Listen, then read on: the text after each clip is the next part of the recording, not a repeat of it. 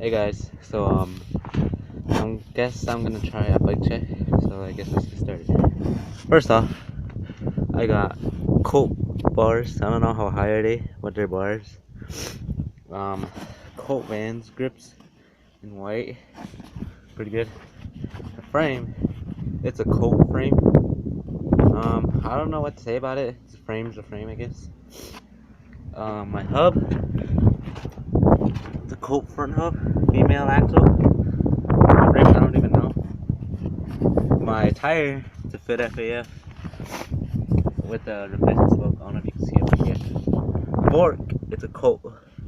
My headset, I have no idea. My stem, it's a Fit.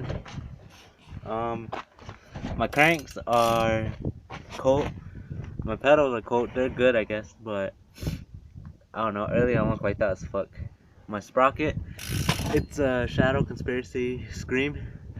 Chain is a KMC. Chain's a chain, I guess. My seat, it's a DK Perimeter. I had it for a couple months now. Got it during the summer. Now my back rim, it's a Haro cassette hub. Race 2, same thing. I don't even know what fucking rim it is. My tires are Fit FAF.